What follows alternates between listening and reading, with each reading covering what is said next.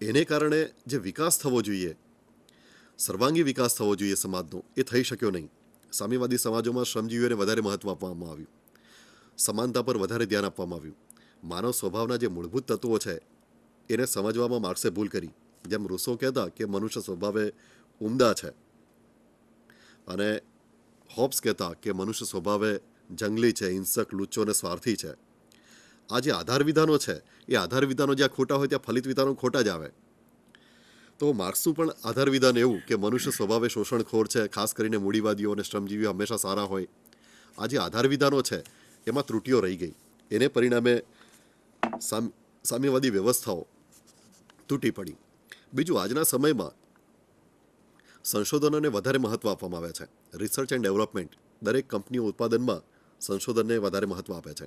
જો તમે સંશોધન કરશો તો ઉત્પાદનમાં ટકશો, નહીં તો ટકી શકાશે નહીં. સતત નવા સંશોધનો, તો તમે બજારમાં ટકી શકો. માત્ર શ્રમને કારણે બજારમાં ટકી શકાતું નથી. કંપની હરીફાઈમાં ફેંકાઈ જાય. મૂડીવાદી વ્યવસ્થામાં તો હરીફાઈ હોય જ, અને એમાં એ જ કંપનીઓ ટકશે જે સતત નવા સંશોધનો કરશે. એટલે રિસર્ચ અને ડેવલપમેન્ટને આજે મહત્ત્વ વધારે આપવામાં આવે છે શ્રમ કરતાં. અને માર્ક્સે એ જમાનામાં શ્રમને વધારે પડતું મહત્ત્વ આપ્યું. બીજી, માર્ક્સે એક મધ્યમ વર્ગ વિશે એવી આગાહી કરેલી કે ધીમે ધીમે હરીફાઈ એટલી તીવ્ર બનશે મૂડીવાદીઓ વચ્ચે, અને બે વર્ગો વચ્ચેનો સંઘર્ષ એટલો તીવ્ર બનશે મૂડીવાદી વર્ગ અને શ્રમજીવી વર્ગ વચ્ચે, કે મધ્યમ વર્ગનો લોપ થઈ જશે. એનાથી ઉલટું આજે એ આગાહી ખોટી પડી છે, અને ધીમે ધીમે મધ્યમ વર્ગની સંખ્યા વધતી જાય છે. એ આપણે જોઈએ છે સમાજમાં. માર્ક્સ કહેતા કે મેટરની અસર માઇન્ડ ઉપર થાય છે. હેગલ કહેતા કે ના, માઇન્ડની અસર મેટર ઉપર થાય છે.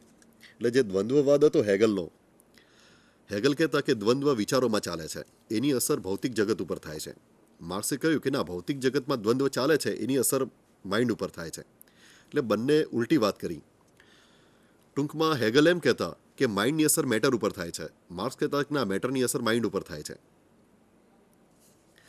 હવે એમણે જે આગાહી કરી કે શ્રમજીવીઓમાં સભાનતા આવશે અને ક્રાંતિ થશે, એ ક્રાંતિ શ્રમજીવીઓની સભાનતાને કારણે નથી થઈ, પણ માર્ક્સના વિચારોને કારણે ક્રાંતિઓ થઈ. સાહેબ, સોવિયટમાં જે ક્રાંતિ થઈ, ચીનમાં જે ક્રાંતિ થઈ, એની પાછળ માર્ક્સના વિચારો મહત્વના હતા.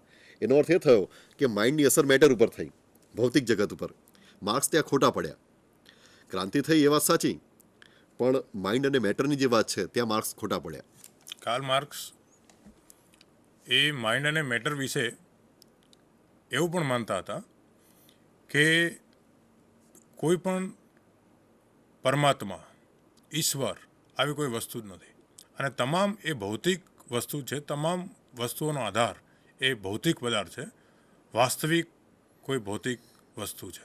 અને એટલા માટે એમણે કહ્યું કે ચિંતન કે વિચાર જેવી અભૌતિક બાબતો જે આપણને લાગે છે, એ આખરે તો માનવીના શરીરમાં રહેલું જે મગજ છે, પદાર્થરૂપી મગજ, એની જ પેદાશ છે. ગ્રે મેટરની પ્રોડક્ટ છે. સાચી વાત છે. પ્લીઝ. પછી શ્રમજીવીની સરમુખ હત્યાશાહીની વાત કરી. હવે સરમુખ હત્યાશાહી શ્રમજીવીની હોય કે મૂડીવાદીઓની હોય, કે લશ્કરના નેતાની હોય કે ધર્મ ગુરુઓની હોય, સરમુખ હત્યાશાહી એ સરમુખ હત્યાશાહી છે. એનો સ્વીકાર તો ના જ કરી શકાય. માર્ક્સ કહેશે કે ના, સરમુખ હત્યાશાહી એક સાધન તરીકે, સમાનતા લાવવાના એક સાધન તરીકે સ્વીકાર્ય છે. હવે આજે આપણે આજના જમાનામાં સરમુખ હત્યાશાહીને કોઈ પણ હિસાબે સ્વીકારી શકાતી નથી. એ ગમે એની કે ગમે તેની સરમુખ હત્યાશાહી હોય. સરમુખ હત્યાશાહી હોય ત્યાં માનવ અધિકારો નાશ પામે છે, એ હકીકત છે. આજે માનવ અધિકારોનું મહત્ત્વ દિન પ્રતિદિન વધતું જાય છે. એટલે સરમુખ હત્યાશાહીને કોઈ પણ હિસાબે સ્વીકારી શકાતી નથી. બીજું, માર્ક્સે જે આગાહી કરી કે સામ્યવાદી સમાજ વર્ગવિહીન સમાજ હશે, રાજ્ય નહીં હોય. પુરોહિત સાહેબે કહ્યું કે સ્ટેટ વિલ વિધર, હવે રાજ્ય કરમાઈ જશે.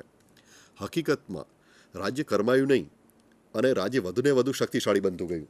પુરોહિત સાહેબ, ખાસ કરીને સોવિયત, હા, ખાસ કરીને સ્ટેટનો ઉલટાનો એક ખ્યાલ નવો અત્યારે, ખાસ કરીને પુરોહિત સાહેબ, સોવિયટ એટલું બધું શક્તિશાળી રાજ્ય બન્યું કે એ વખત યુએસને પણ પડકારતું, વિકાસની બાબતમાં, લશ્કરી દ્રષ્ટિએ, રાજકીય દ્રષ્ટિએ, પ્રભાવની બાબતમાં. અને ઠંડા યુદ્ધની શરૂઆત થઈ. જો રાજ્ય કરમાઈ જવાનું હોત તો ઠંડુ યુદ્ધ થયું ના હોત. એટલે એ બાબતમાં પણ માર્ક્સ ખોટા પડ્યા. ચીનની અંદર પણ રાજ્ય શક્તિશાળી બનતું જાય છે, આપણે જોઈએ છીએ. ક્યુબામાં રાજ્ય શક્તિશાળી બન્યું છે. જ્યાં જ્યાં સામ્યવાદી સમાજો આવ્યા છે ત્યાં રાજ્ય સહેજ પણ કરવાયું નથી, ઉપરથી વધુને વધુ શક્તિશાળી બનતું જાય છે અને વ્યક્તિના હિતોના ભોગે, વ્યક્તિ સ્વાતંત્ર્યના ભોગે રાજ્ય શક્તિશાળી બન્યું છે. આ એક ઉલમાંથી ચૂલમાં પડવાની જે કહેવત છે ગુજરાતીમાં, એના જેવું થયું છે.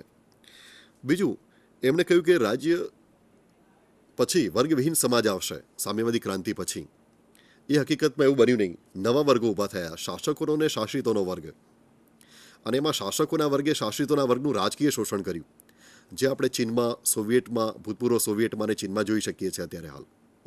તો આ નવા પ્રકારના વર્ગો આવ્યા અને વર્ગો હોય ત્યાં શોષણ હોય જ, અને એ શોષણ હાલ ચાલુ છે, એ જોવા મળે છે. માર્ક્સે આગાહી કરેલી કે સામ્યવાદી સમાજને અંતે ઇતિહાસ આગળ વધતો અટકી જશે, કારણ કે ઇતિહાસને આગળ વધારનારું પ્રેરક બળ જો કોઈ હોય તો એ વર્ગ સંઘર્ષ છે.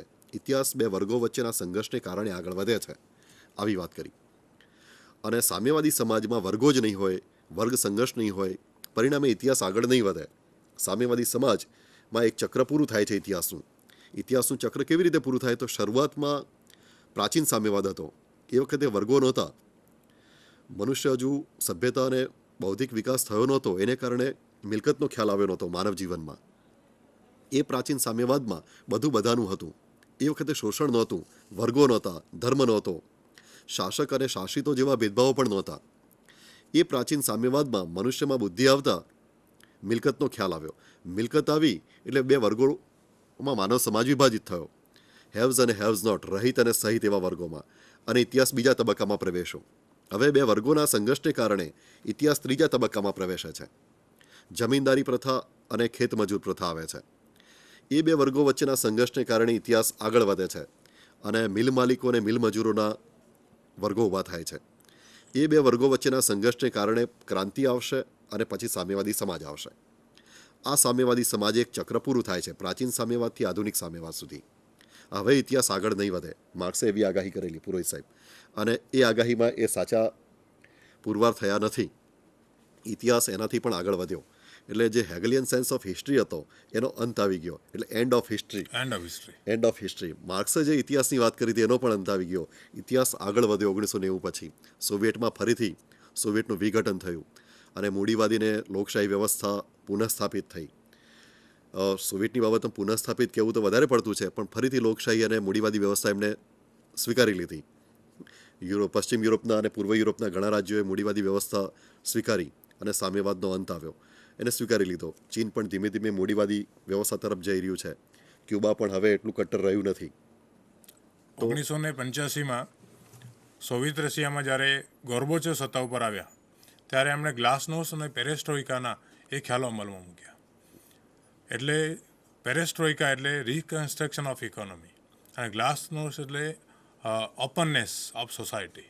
એટલે ધીમે ધીમે મૂળ બન્યું એમ કે માર્ક્સ જે જોશી બનવા ગયો ત્યાં એ ખોટો પડ્યો અને મૂડીવાદ છે એણે પોતાની અંદર ઊભા થતા જે વ્યાઘાતો છે, પેરાડોક્સિસ, એ પોતાની અંદર જ સમાવી લીધા. સોવિયત રશિયામાં જેમ આપ સાહેબે કહ્યું તેમજ સામ્યવાદ ધીમે ધીમે ઉલટાનું એની અસર એ ઓછી થવા માંડી અને 1985 પછી તો ત્યાં મૂડીવાદ અને લોકશાહી એ પ્રથાઓ એ ત્યાં વિસ્તારવા માંડી. પ્લીઝ. ચીનમાં પણ સાહેબ આપણે જોઈએ તો માઓવાદ આવ્યો. એ પણ માર્ક્સની એક અસર હતી. માઓવાદ એટલા માટે કહેવાય છે કે માર્ક્સ કહેતા કે ઔદ્યોગિક મજૂરો, ઔદ્યોગિક શ્રમજીવીઓ ક્રાંતિ કરશે, એમનામાં સભાનતા આવશે અને ક્રાંતિ થશે. એટલે ઇતિહાસ જ્યારે ચોથા તબક્કામાં પ્રવેશે છે એ પછી ક્રાંતિ થશે. માઓએ કહ્યું કે ઇતિહાસ ક્યારે ચોથા તબક્કામાં પ્રવેશે? શ્રમજીવીઓનું શોષણ થાય અને ક્રાંતિ થાય. એના કરતાં ત્રીજા તબક્કામાં જે પેલું ખેત મજૂરો અને જમીનદારોનો જે સંબંધ હતો, એ સમાજ વ્યવસ્થા હતી, ખાસ કરીને કૃષિ વ્યવસ્થામાં એમને ખેત મજૂરો પાસે ક્રાંતિ કરાવડાવી માઓએ. અને એ વ્યવસ્થા જ્યાં ઔદ્યોગિક સમાજ આવ્યો નથી એ પહેલાં એમણે ક્રાંતિ કરાવડાવી. એને માઓવાદ કહે છે. અને માઓવાદની અસર પણ આજે આપણે જોઈએ છે. વિચારધારા હજુ મરી નથી, એ સહેજ સહેજ હજુ જીવે છે અને એની અસરો આપણને ભારતને પણ ખાસ કરીને આજે જોવા મળે છે કે શ્રમજીવીનું જ્યાં જ્યાં શોષણ થાય ત્યાં ત્યાં માર્ક્સની યાદ આવતી જાય છે. એટલે માર્ક્સ સાવ અપ્રસ્તુત બન્યા છે એમ પણ આજે કહી શકાતું નથી. વિદ્યાર્થી મિત્રો, તમને આ બાબતમાં કંઈ પ્રશ્નો હોય તો પૂછી શકો છો.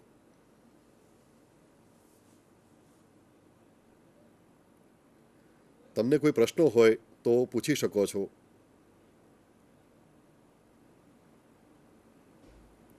નથી? પુરુષ સાહેબ કંઈ કહેવું છે? કાર્લ માર્ક્સે ઇતિહાસમાં એમ કહ્યું કે જે કંઈ યુદ્ધો લડાયા એની પાછળ પણ હંમેશા આર્થિક પરિબળો એટલે કે ઉત્પાદનના પરિબળો અને ઉત્પાદન સંબંધો એ જ જવાબદાર છે.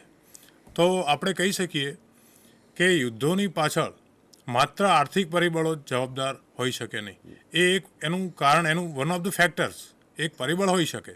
દાખલા તરીકે યુરોપમાં ધર્મ યુદ્ધો થયા તો એની પાછળનો જે હેતુ હતો એ ધર્મ હતો. ભારતની અંદર મહાભારતનું યુદ્ધ થયું તો એની પાછળ કોઈ આર્થિક પરિબળ આપણને દેખાતું નથી. રામાયણનું યુદ્ધ થયું તો એ ધર્મ આધારિત યુદ્ધ હતું. એ અધર્મ ઉપર ધર્મનો વિજય કરવા માટેનું યુદ્ધ હતું. એની પાછળ કોઈ આપણને ધાર્મિક પરિબળ દેખાતું નથી. એટલે માર્ક્સ પુરોહિત સાહેબ એમ કહેતા કે માનવીની બધી જ પ્રવૃત્તિઓ આર્થિક પ્રવૃત્તિઓ છે અને મનુષ્યનો ઇતિહાસ, માનવજાતનો ઇતિહાસ એ આર્થિક ઇતિહાસ છે.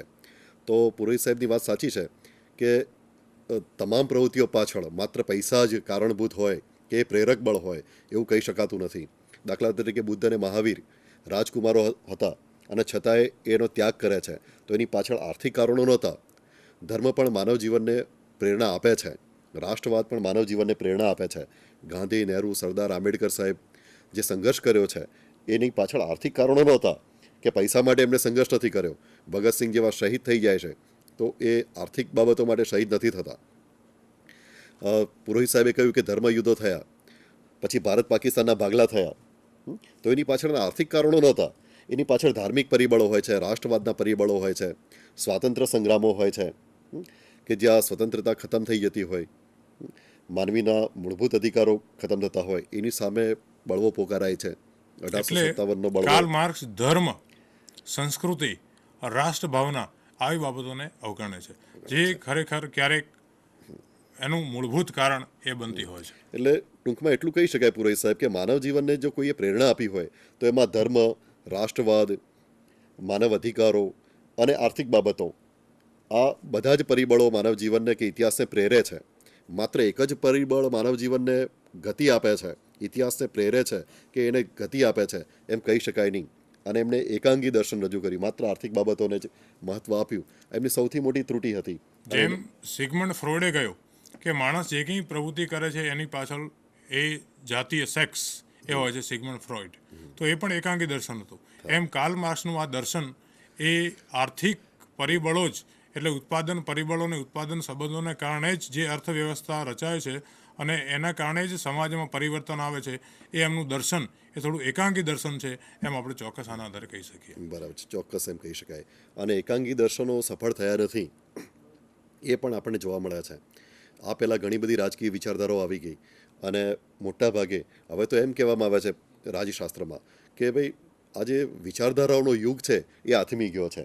એન્ડ ઓફ આઈડિયોલોજી, વિચારધારાઓનો યુગ આથમી ગયો છે. હવે માનવ જીવનને પ્રેરે એવી કોઈ મોટી વિચારધારાઓ રહી નથી આજના સમયમાં. એટલે એમ કહી શકાય કે માર્ક્સવાદનો જો અંત આવ્યો હોય કે એ અસ્વીકૃત ધીમે ધીમે બનતો જતો હોય તો એની પોતાની ખામીઓને કારણે જ. એને પણ હવે એન્ટીથીસિસની જરૂર છે એમ લાગે. માર્ક્સવાદ પોતે એક વાદ બન્યો અને એને પણ હવે એન્ટીથીસિસની જરૂર છે એમ આજના સમયે કહી શકાય. તો વિદ્યાર્થી મિત્રો, આ સાથે આ વ્યાખ્યાન પૂરું કરીએ છીએ. પુરોહિત સાહેબનો ખૂબ ખૂબ આભાર. મળીશું આવતા ગુરુવારે આ જ સમયે. Thank you.